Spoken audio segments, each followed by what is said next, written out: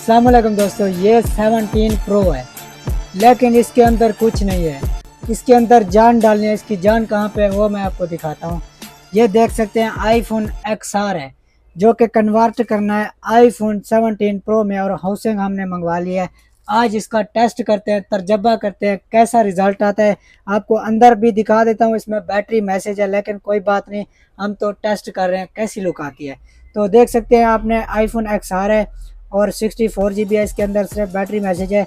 यही आपको इधर फिक्स करके आपको रिजल्ट दिखाएंगे। तो करते हैं स्टार्ट बिना टाइम वेस्ट किए। माशाल्लाह मशीनों का हमारा काम होता है। ये देखें एलसीडी मैंने निकाल ली है, बाकी सारे स्पेयर पार्ट निकाल के उसके अंदर लगाना है 17 प्रो के अंदर। अगर आपका भी कोई ऐसा मोबाइल XR है उसको कन्वर्ट कराना है तो हमसे रब्ता करें और आईफोन 11 को भी कन्वर्ट कर देते हैं। बाकी मज़ीद अच्छी वीडियो देखने के लिए हमें फॉलो कर लें, ज़बरदस्त वीडियो आती रहती हैं। 17 प्रो की हाउसिंग के साथ फ्लैश आती है, क्योंकि XR की जो आती है ना पीछे होती है लेकिन वो नहीं लगती, उसकी अपनी आती है।